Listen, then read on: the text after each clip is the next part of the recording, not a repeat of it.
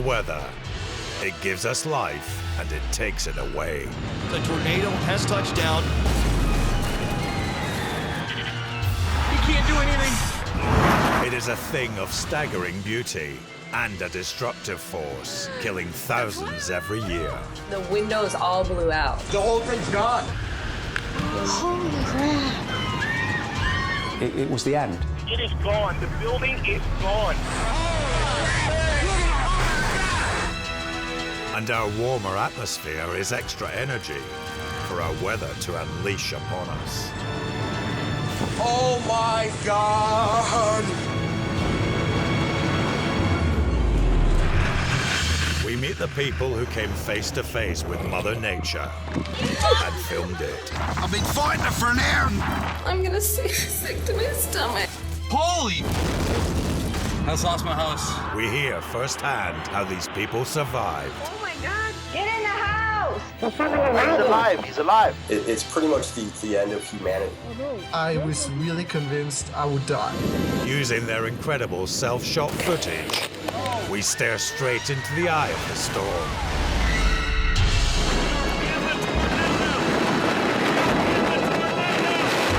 And witness up close the sheer force of nature. Oh my God, look at that! Jesus Christ. Everybody take cover, now!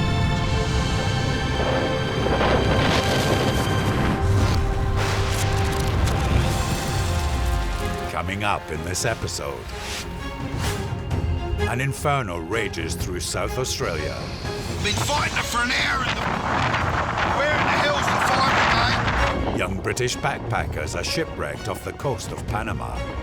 Would we be able to last another night? We really didn't know.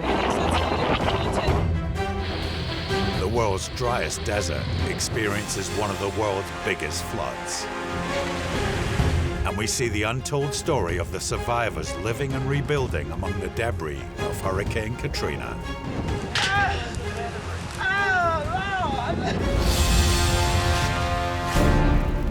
Adelaide, South Australia, 2015. Following a heat wave, it's 45 degrees Celsius, 20 degrees hotter than usual. And the nightmare has happened.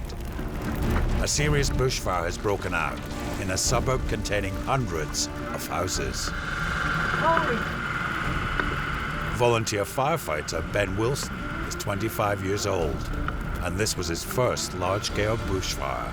And I had like a gut-wrench feeling where you just look up and you're just like, oh damn, like, you know, this is one of those days where like, just got to pray and believe that we're just going to get through it. He was one of 50 strike teams sent out to save one house each. Yeah, go. All right, stop! The whole property was full of spot fires, but the fire engine only carried 500 gallons of water, and this could be a 25,000-gallon fire. Are they going around?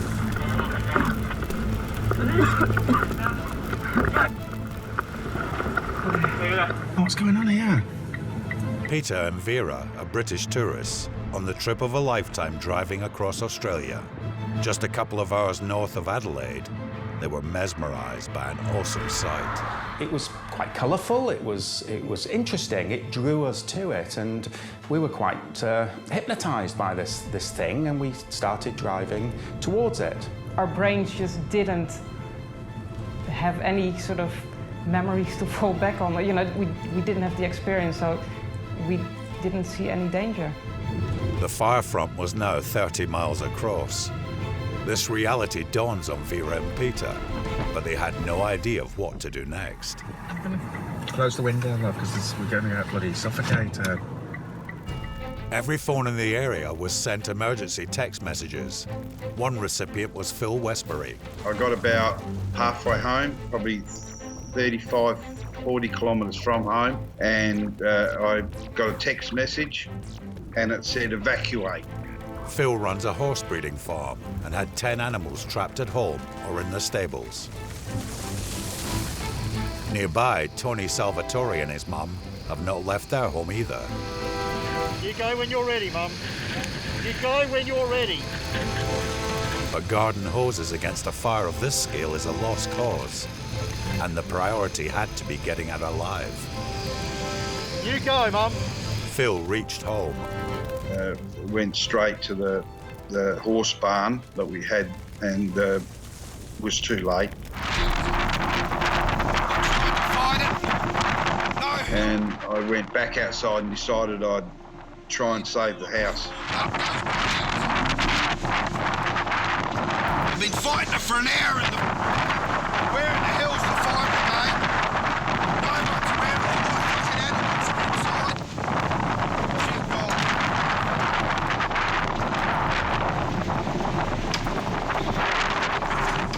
inside. The shed alongside the house was fully inflamed, and eventually the heat from that and the heat that was already in the house just exploded basically, and it was gone within minutes.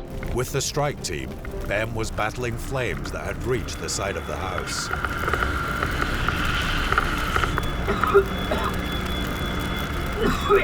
He'd been inhaling smoke for half an hour, but as the pump operator, there was a much more urgent problem.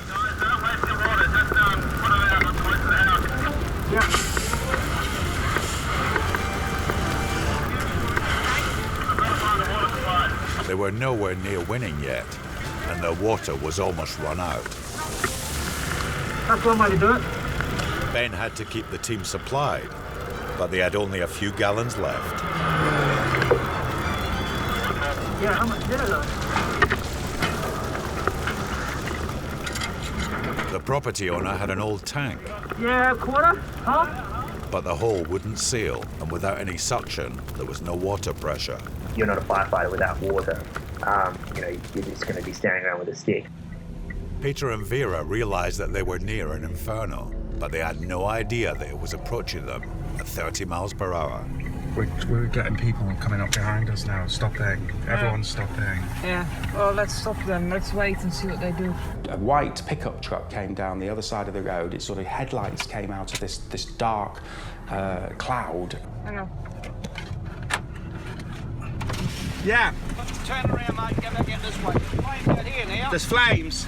Yeah. Thank you. Set the fires up there. They turned to follow him. But the giant fire front had turned too and outflanked them. We're dashing over the... It was threatening to surround them all together, and they were heading back into it. All this tickling is the noise. It's ash. It's burning. How the hell are we going to get out of this? He's stopping. Slow down.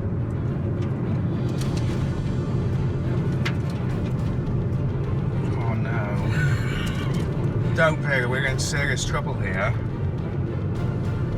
We're in fire, love. The heat in the car was immense. Never experienced. We couldn't open the windows because the ash was hitting the car.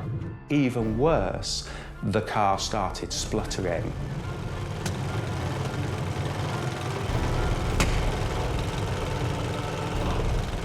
It was the end. It was the end. Ben and the team have had to waste valuable time setting up a water pump.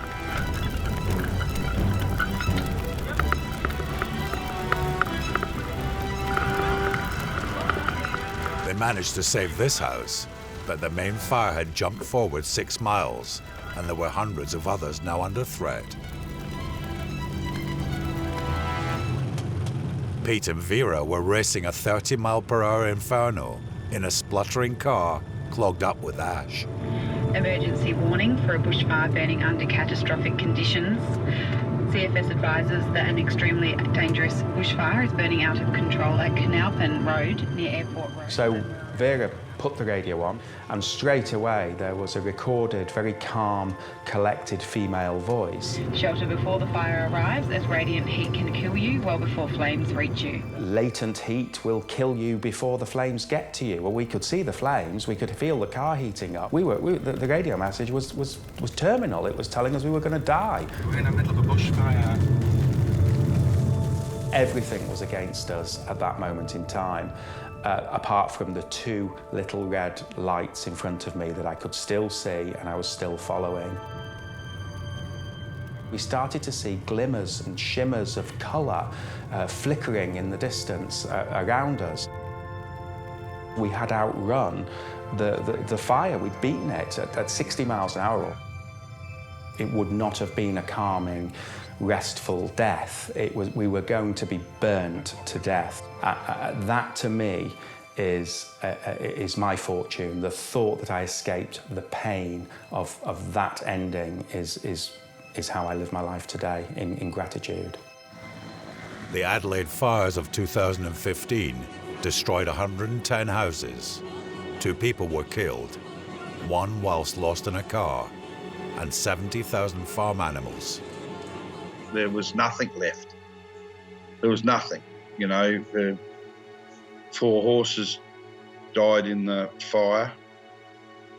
The cars that were burnt was just melted rims sitting on the ground, and you know, that's the house was just as I said, it looked like a bomb site. It didn't look like a fire. We had an outside dog. She disappeared, and we assumed because of, you know, the devastation that she was gone. About 1 o'clock the next morning, Kerry raced out here, and she was sitting at the gate. Yes. That's stupid. And although Ben now feels more confident about tackling bigger fires, the aftermath has not been easy for him either. We went back to the house, and literally is like an oasis, just the circle around his house, and that's it, and the rest is just burnt, which is crazy to see, you know, just how much our little efforts did for that house.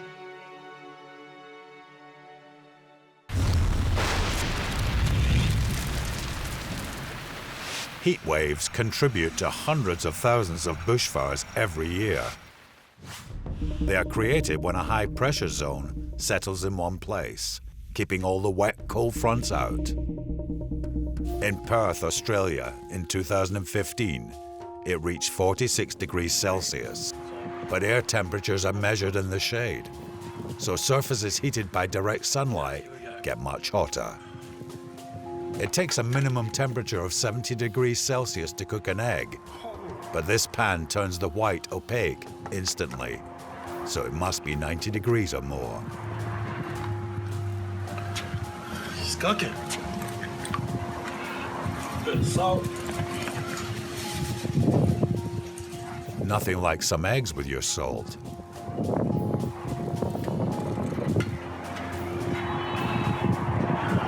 Cheers. Tasty, salty eggs, all cooked emission-free, with Mother Nature providing the heat. Sometimes the heat from a heat wave is not so useful. This is how hot it is in Italy.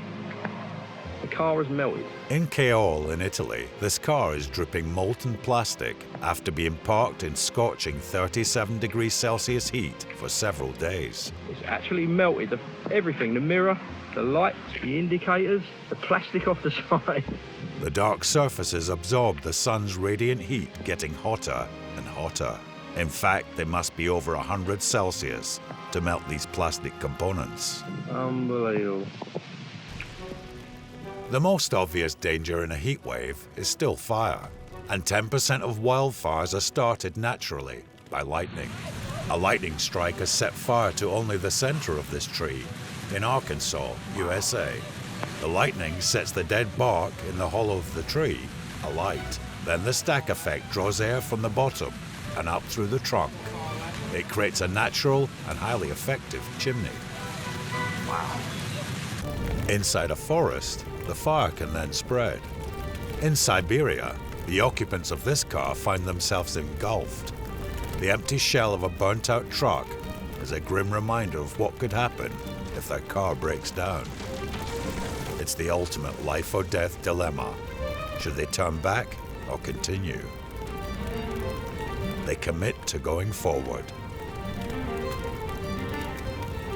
It was the right choice. The fire dies gradually and they can carry on their journey, safe in the knowledge that a single fire truck is on its way to fight the fire. Heat waves don't just affect humans. This bear is cooling off in a family swimming pool in a suburban area of New Jersey. Surprisingly, Bears like doing the doggy paddle when nobody's watching. The bear's in no rush to get out, and the human's in no rush to get in.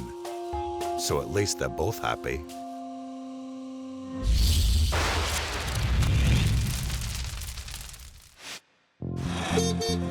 Emma and Pete are natural-born adventurers, traveling up through Central America.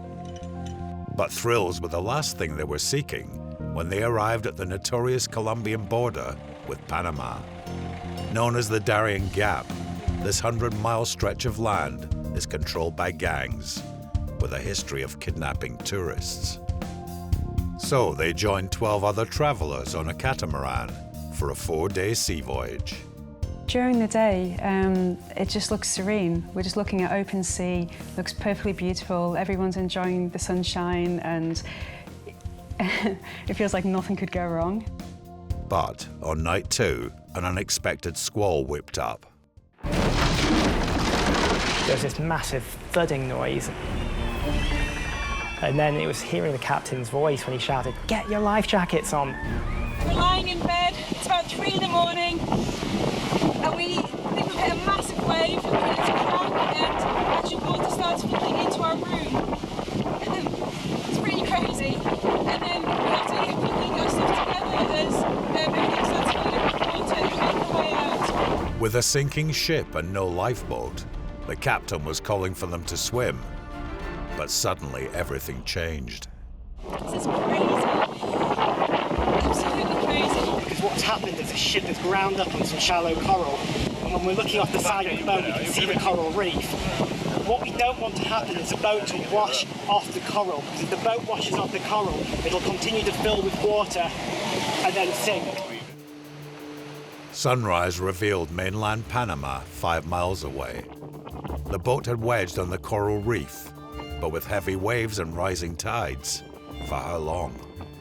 Starting to weigh up how long do you think it would take to swim as a group to the shore, and should we risk another night, another storm? Would we be able to last another night? We really didn't know. Their maydays were unanswered, and after 10 hours, morale was low. There was nothing to do but scan the horizon for help. You think after you set up flares in the night and the GPS has gone out and the radio mayday has gone out, you just think someone's going to come in a helicopter and rescue you and pull you out of this disaster. And as it happens, none of the authorities responded. When the first fishing boat came into view, I can't put into words the deep sense of relief. To be honest, like, the word relief doesn't really capture it. It was fishermen that just had an inkling to come over and check out that reef that day. We're coming home! We're just in a boat! We're just we're coming home! Oh, wow!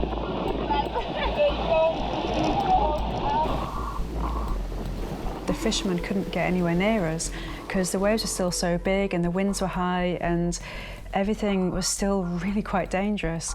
So they were swimming some part and using the harpoon to stab that into the reef to just get to us and get those first few people off the boat.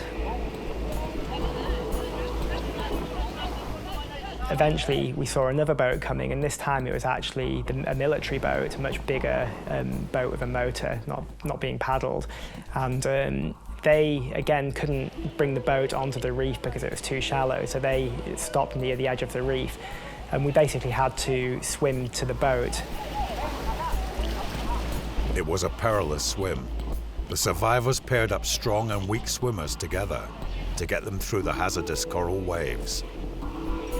And 2 by 2, 14 travelers and 4 crew made it over to the military boat.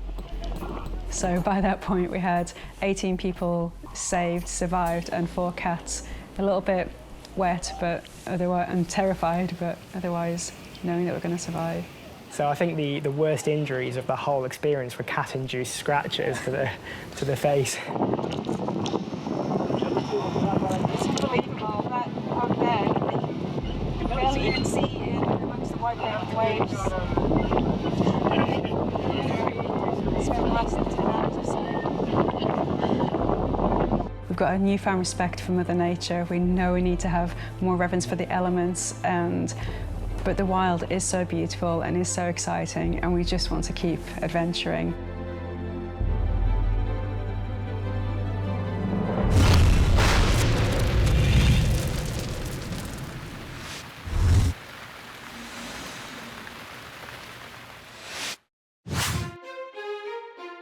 It's easy to feel protected from the weather in a vehicle. But sometimes Mother Nature finds unexpected ways of tripping you up. In Zhukovsky in Russia, this car is wedged tightly into a hole in the road in freezing winter conditions. Luckily, local council workers have a large and powerful truck at their disposal and decide to be good Samaritans and pull the car out.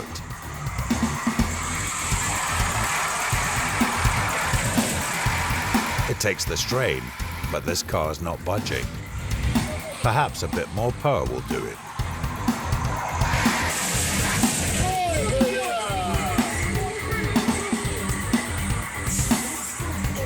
After all that, the car is still stuck in the hole. God dang! Given enough time, the flow of water is one of the most powerful forces on Earth. A stream in Texas is routed beneath this road through 2 huge drainage pipes. But the water has eroded under the pipes and is lifting them. Hey, I just moved just in time. It takes just a few minutes to completely destroy the road. God dang!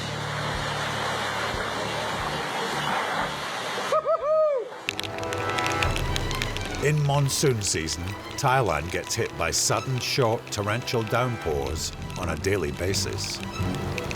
This motorcyclist has his girlfriend on the back of the bike, but he carries on regardless.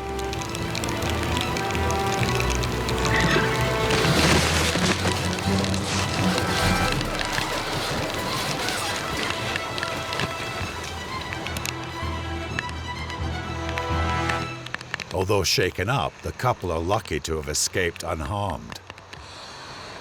The quick reactions of the motorcyclist in grabbing his partner before she was hit by the bike may have prevented a more painful end to this story. Riding slower in the first place may also have been useful.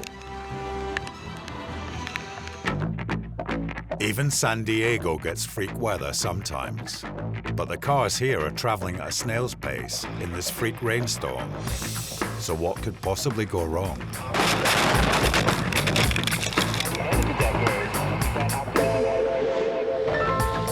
From outside the car, you can see how lucky the occupant was to escape injury. Another car hit by the same tree was lucky not to have any passengers in the back seat. This parking lot in Russia is covered with compacted snow and ice. It's essential that cars enter and exit at a safe speed.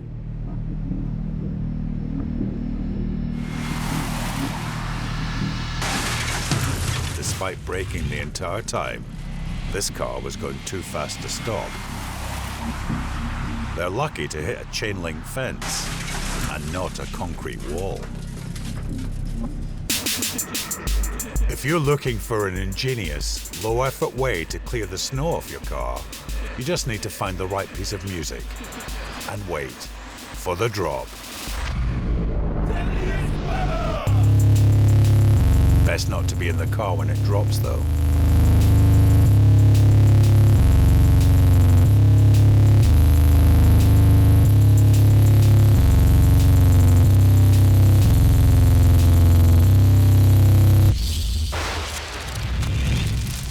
Coming up, survival stories from some of the 50,000 people left behind by Hurricane Katrina.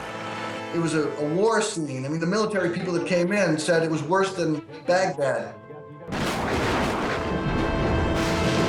We attempt to explain the world's most inexplicable weather phenomena, and we witness deadly rainfall in the driest place on Earth. This is the biggest hurricane to ever hit New Orleans, and it's going to cause more devastation than Betsy or Camille ever did. In 2005, Hurricane Katrina devastated the Gulf Coast. At least 1,300 people were killed. Most died in New Orleans when the storm surge broke the protective levees, drowning the city as far as 12 miles inland. With 80% of New Orleans flooded, the order was given to evacuate. Soldiers have been carrying M16s as they try to get the final holdouts out of the city. Campos says security forces are focusing on people who want to leave first, and then will go house by house to force people to leave. But resident Ride Hamilton decided to stay, document the catastrophe with his video camera, and help as many people as he could. His footage captured a story that's never been seen before. He made himself a Red Cross sign, filled his car with supplies, and hit the streets. People left behind were so desperate, his supplies lasted an hour before he had to restock. I helped evacuate other people, and I went to Walmart, and I wanted to see if it was open.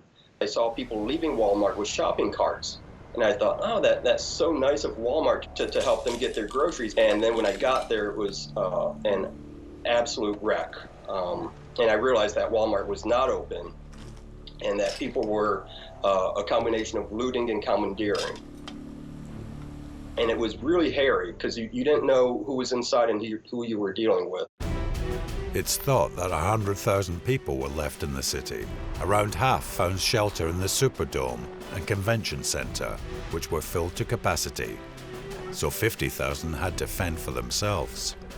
You know, there was a lot of people that had guns and ammunition, more so than the police. And at night there was gunfire, there was explosions. It was a war scene. I mean, the military people that came in said it was worse than Baghdad.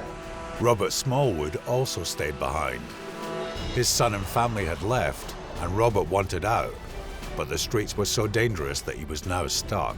So this was all set off by a weather event, but it ended up turning into total anarchy that no one could have really predicted. A week after Katrina, Wright headed to a decimated area south of the city, Plaquemines Parish. There was a family, all their homes were flattened. They were an extended family, so I went to each of their family homes. And it was just amazing watching them crawl through their own roof and hunt down belongings. He met the Bartholomew family, who had returned. It was so bad that they couldn't recognize their mum's house. Now we found your house, Mom. Only now we found it. Only now. Most of their family photos are gone. They're wet. They become this kind of surreal, psychedelic image of nothing but swirls and colors, and they're just looking for one baby picture, one graduation picture. They lost literally everything. But they did find one of the family's proudest objects. Their dad had served in the military, and they had been given a burial flag when he died. Now it's going to the laundry, so we could go hang it up. It'll be all right. It's gonna take time. Time heals everything. They found a photo of Mom, but tragically she had been killed in the hurricane.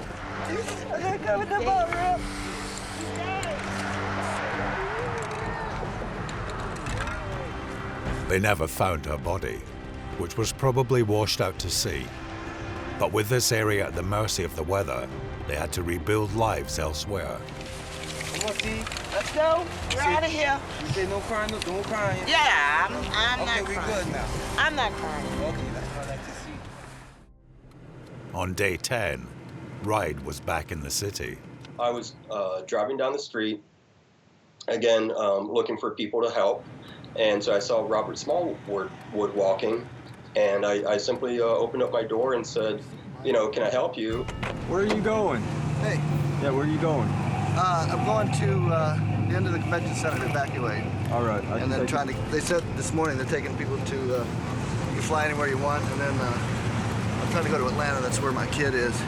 All right. He enrolled in school today. Luckily for Robert, Ride gave him a lift to the evacuation point downtown at the convention center. Thank you, Rod. Appreciate it. But the convention center was complete chaos. It was meant to be just a transport hub, but 20,000 homeless people had been squatting inside, and conditions were appalling. It looked like army triage. I mean, there were people on beds and nurses and doctors, people getting attended to, and you just got in a line and they put you on a plane and they didn't tell you where you were going. Robert was eventually dropped 145 miles from his son, but he made it out. Wright headed to Flood Street, which, as the name suggests, was in the worst hit area on the seaward side of the city. With 10 days gone, the rescue teams had a fast disappearing window to find injured and infirm survivors. Want to go do a visual? Good girl, very good. So there's no bark, meaning no live human scent. But with so many people defending their homes with guns, even the rescue teams needed to send in the dogs first. We're still in the rescue mode. We're still looking for people that are alive, and periodically we do find other things that we're not too happy about, but that's part of this whole search. They marked every house with a code. In the bottom quarter is the number of people found alive.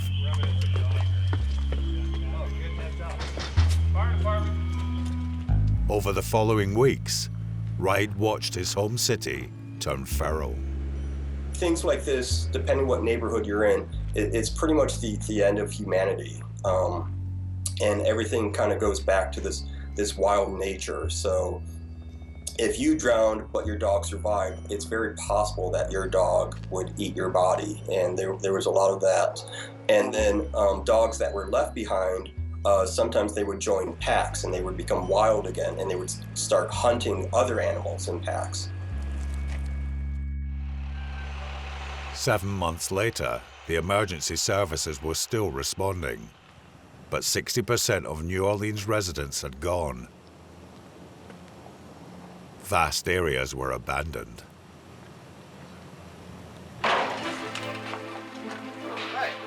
Pretty much rescue missions went on for almost about a month. And then after that time, there was just no chance of survival. And then it switched to body recovery. And then body recovery went on for about 1.5 years. It's up to you now. You think you need an excavator? Yeah. Somebody's relative may end up in a landfill. I mean, that was standard form in 1901 in Galveston and 1906 in San Francisco. That's where they just pushed the rubble aside. This is really the first time anybody has done this extensive a search for body recovery. The team searched every standing house in New Orleans for bodies.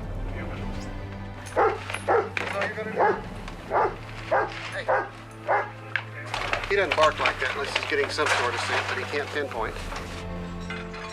In this case, there were remains, but they were impossible to locate. The body recovery didn't find your body soon enough. I mean, within the heat, it would melt. You know, either sometimes people were found in bathtubs, and you would just be bones and fat. Thank you. And that's just the plain facts, you know, and that was one thing that I learned, you know, and you have to just treat it, you know, during body recovery as a matter of fact. They recorded 1,245 bodies, but with so many decayed, disappeared, or washed out to sea, nobody knows the real death toll. This was America's deadliest natural disaster in 35 years. It took a decade to rebuild the city, and even then, 1 in 5 of the population never came back. Anyone that was here that went through it, you know, we still talk about it as if it was yesterday. It's kind of like you have BC and AD, and we kind of have pre-Katrina and post-Katrina, so it's really a landmark in time.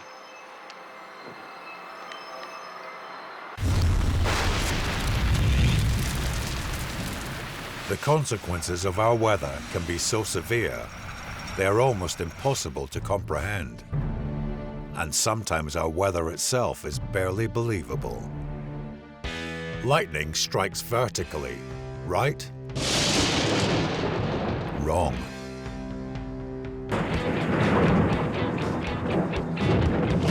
While most lightning bolts strike between a cloud and the ground, this one jumps from a positively charged cloud right across the sky to a neutral or negatively charged cloud.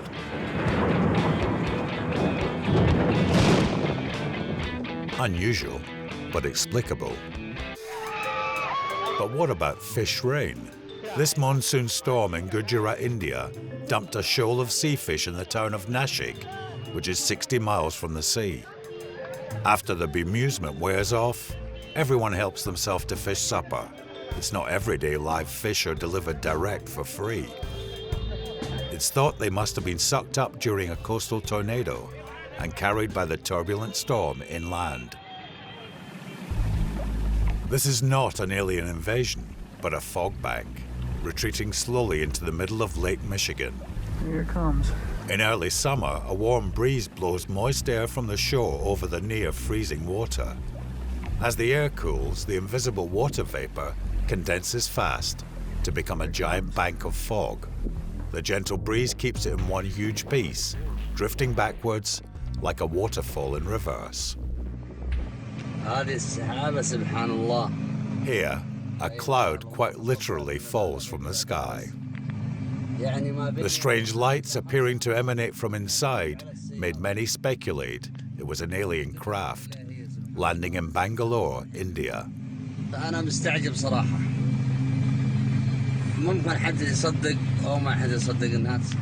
The witness to this freak event takes it as a sign from God. Unfortunately, the real explanation is more profane. It's actually a giant ball of foam from untreated urine in the local sewer plant. The phosphates in the urine generate giant clouds of foam. So our poor witness, who thinks he's now touching divinity, is actually touching a sculpture of we.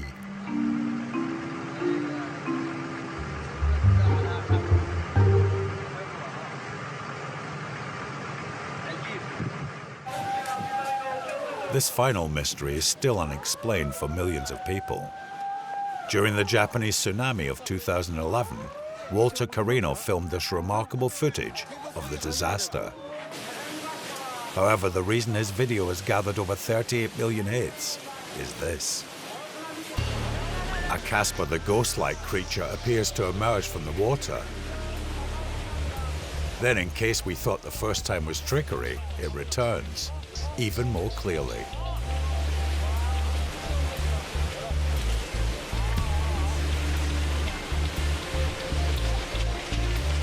Finally, it shows up a third time. This video has been analyzed for digital trickery, with no evidence being found. It has left millions, including the video's owner, baffled. Perhaps a tsunami as tragic as this could have a spiritual dimension. However, there's a rational explanation, and the second sighting gives the best clue.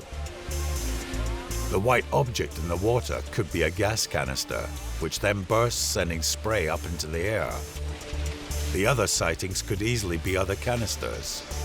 But once you've imagined escaping spirits, somehow escaping gas seems hard to accept.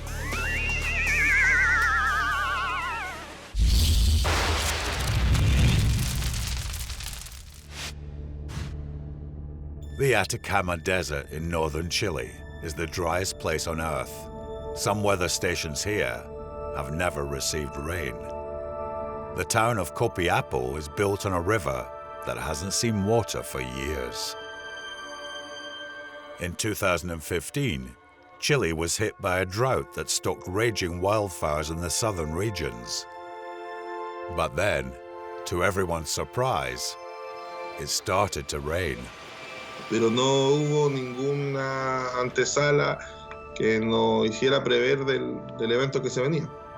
Jonathan Fortes, a resident of Copiapó, headed out to film the arrival of the rain, an arrival that was a relief to local people. La primera lluvia que cayó no fue fuerte. De hecho, en esta zona no es costumbre que llueva. Así que la gente salió a las calles a disfrutar un poco de la lluvia. The rain fell for just 12 hours, but in the hard-baked desert ground, the water could not drain anywhere. In El Key, the birth of a mudflow was captured.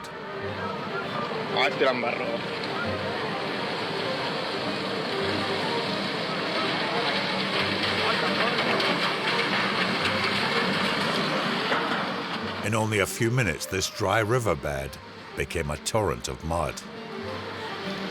Across the vast 40,000 square mile desert, hundreds of similar mudslides were gathering pace and heading into low-lying towns and villages like Copiapo. The normally dry riverbed was unrecognizable.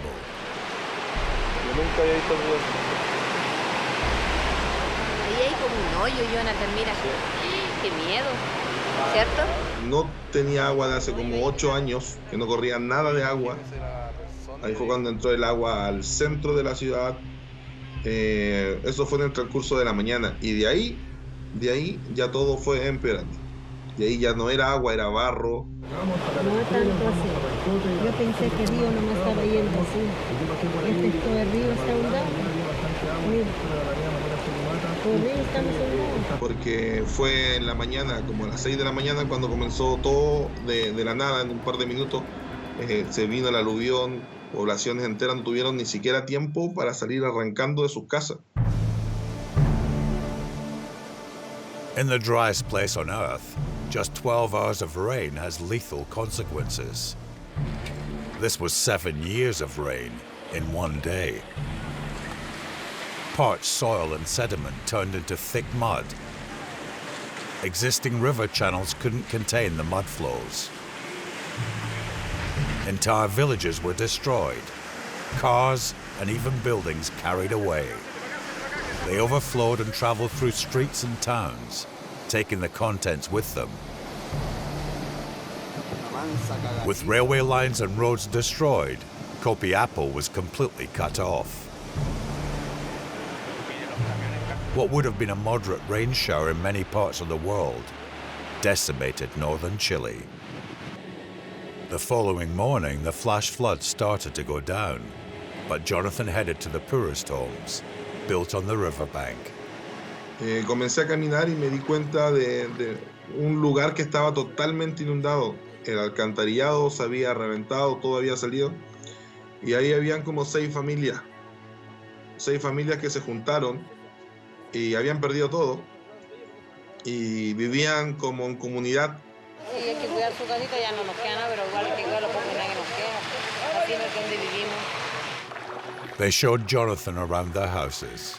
Es increíble, jamás se ha visto esto acá en Copiapó. Estas son las casas que se encuentran al costado del mall. De hecho, hay un residente que me está guiando. Ellos han entrado aquí muchas veces. Ellos viven en unas casas muy precarias y viven debajo del nivel del suelo. Esta es una habitación, ¿cierto? Esta es la habitación de nosotros, esta es la cama, mira, de las plazas. Y esta es la habitación de las niñas, mira. Mira, la habitación de las niñas. Se perdió todo, cuna, todo. El mismo gobierno siguió el gobierno siguió todo.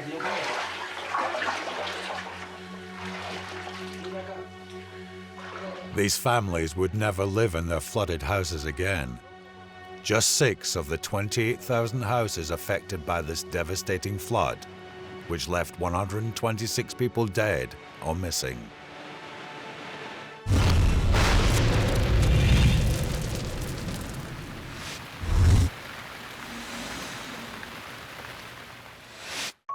Weather can be difficult to predict at the best of times, but add humans to the equation and there's no chance. When a stray dog falls through the ice on this Russian lake, anyone could be forgiven for not jumping in to save it. But 21-year-old Ivan, who happened to be passing, felt no such hesitation. Smash by smash, he gets closer to the panicked pooch and eventually carries it back to dry land. Afterwards, Ivan adopted the dog, who he decided to name Rex. You ready for this? I don't know.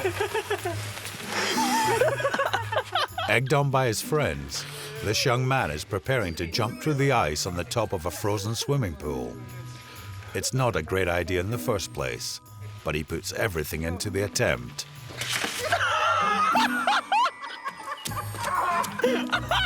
And that's a good fail.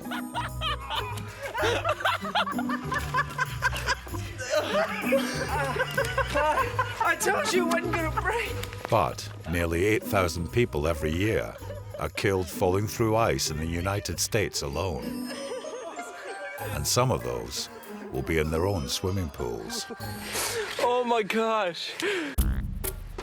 80% of surf beach rescues in America are related to rip currents.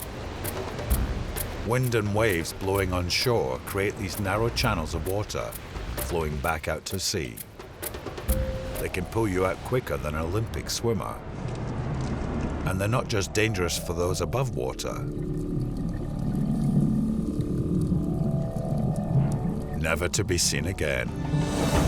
Until 10 minutes later when he swam back. Back above water on a blustery day, a bride in Brazil poses for the classic mermaid wedding photo. You can guess what happens next.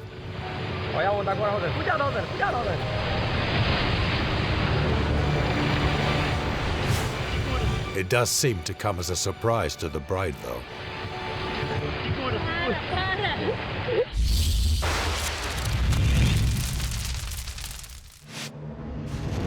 In this episode, we've seen Mother Nature let rip. We've seen how helpless we can be as she tears down, destroys, and laughs in our faces. And next time there will be more, because deadly weather stops for no one.